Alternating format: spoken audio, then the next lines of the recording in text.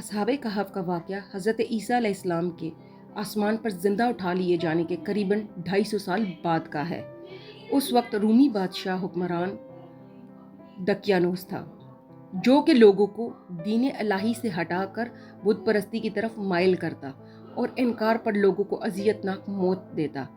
اس وقت اس کی سلطنت میں افسوس نامی شہر، جو کہ دین الہی کا مرکز بنتا جا رہا تھا، خبر ملتے ہی وہ وہاں کا رخ کر کے لوگوں کو دھمکاتا ہے کہ دین الہی کو چھوڑ کر بت پرستی کی طرف لوٹ آؤ۔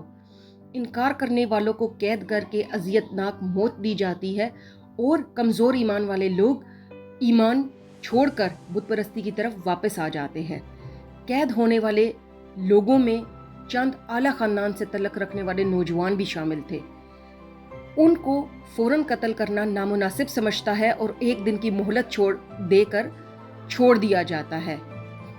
وہ نوجوان جن کا روایات میں کہیں 3 کہیں 5 اور کہیں 7 کا ذکر ملتا ہے، آپس میں صلاح مشورہ کرتے ہیں کہ وہ شہر چھوڑ کر پہاڑیوں کی طرف غار میں پناہ لیں گے اور حالات بہتر ہونے پر شہر واپس آ جائیں گے۔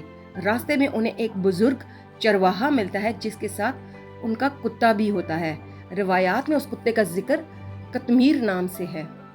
آپس میں مشورہ کرنے کے بعد وہ ایک بڑے غار میں پناہ لے لیتے ہیں اور وہیں عبادت الہی میں مشغول ہو جاتے ہیں اور خدا کے حکم سے انہیں وہیں نیند آ جاتی ہے۔ سارے نوجوان جب ادھر ادھر لیٹ کر سو گئے تو ان کا کتا غار کے دہانے پر یوں دراز ہو گیا کہ اس کا منہ غار کی بالکل سامنے تھا اور یوں معلوم ہوتا تھا جیسے کہ وہ غار کی رکھوالی کر رہا ہو۔ اگلے روز دربار لگا تو ان نوجوان لڑکوں کے بارے میں پوچھا گیا اور ان کے بارے میں یہی اطلاع ملی کہ ہم کو کوئی خبر نہیں۔ گھر والوں سے ان کی بابت پوچھا گیا تو بھی جواب انکار میں تھا۔ خدا کے حکم سے وہ نوجوان اس غار میں سوتے رہے۔ دن گزرتے گئے۔ سال بھر بعد دقیانوس ایک جنگ میں مارا گیا۔ خدا کے دین کی مقبولیت میں روز بروز اضافہ ہوتا رہا۔ لوگ بت پرستی چھوڑ کر صرف ایک خدا کو ماننے لگے اور پورا علاقہ بت پرستی سے پاک ہو گیا۔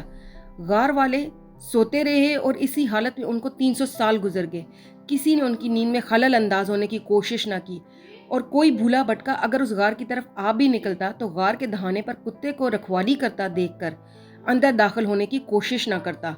لوگ انہیں بھول چکے تھے اور دقیانوس کا ظلم و ستم بھی ماضی کی تلخ یادوں کا اب حصہ بن چکا تھا۔ اب وقت آ گیا تھا کہ اللہ تعالیٰ اس معجزے کو دنیا والوں کے سامنے ظاہر کر دے۔ چنانچہ خدا کے حکم کے مطابق ایک روز غار والوں کی آنکھ کھل گئی۔ اٹھنے پر ان کی کیفیت ویسی ہی تھی جیسے کہ رات بھر یا دن بھر سو کر اٹھنے والوں کی ہوتی ہے۔ وہ اپنے دل میں یہی خیال کر رہے تھے کہ انہوں نے ایک رات سو کر گزار دی اور اٹھنے کے بعد انہوں نے آپس میں بات چیت کرنے کا فیصلہ کیا کہ کون شخص شہر میں جائے گا اور کھانے پینے کا سامان لے کر آئے گا، کیونکہ وہ نہیں جانتے کہ اور روز کتنے یہاں لگ جائیں غار میں۔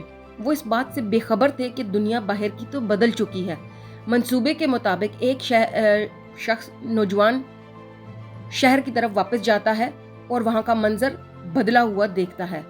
یہاں کی دیواروں پر اب حضرت عیسیٰ علیہ السلام کے اقوال اور تعلیمات لکھی نظر آ رہی تھی۔ وہ بہت حیران ہوا۔ اسے لگا جیسے وہ راستہ بھول کر کسی اور شہر آ گیا، لیکن پاس گزرتے شخص سے شہر کا نام پوچھا تو پتا چلا یہ تو اس کا اپنا شہر ہے۔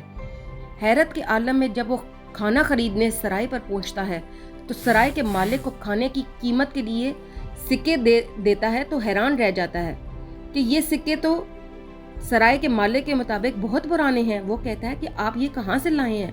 آہستہ آہستہ ساری بات کھل گئی۔ نوجوان شہر کے حاکم کے پاس لے جائے گئے اور وہاں پہنچ کر انہوں نے اپنے ساتھیوں کے بارے میں بیان کیا اور دقیانوس کا ذکر کیا۔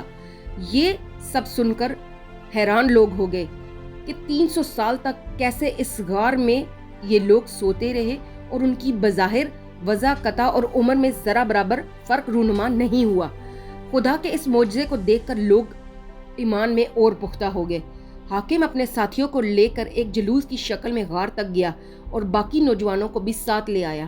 شہر والوں نے ان کی بڑی آہو بھگت کی اور ان سے درخواست کی کہ اب وہ یہیں رہیں، لیکن نوجوانوں نے انکار کیا اور وہ واپس غار میں چلے گئے۔ انہوں نے اپنی بقیہ عمر یہیں بسر کی۔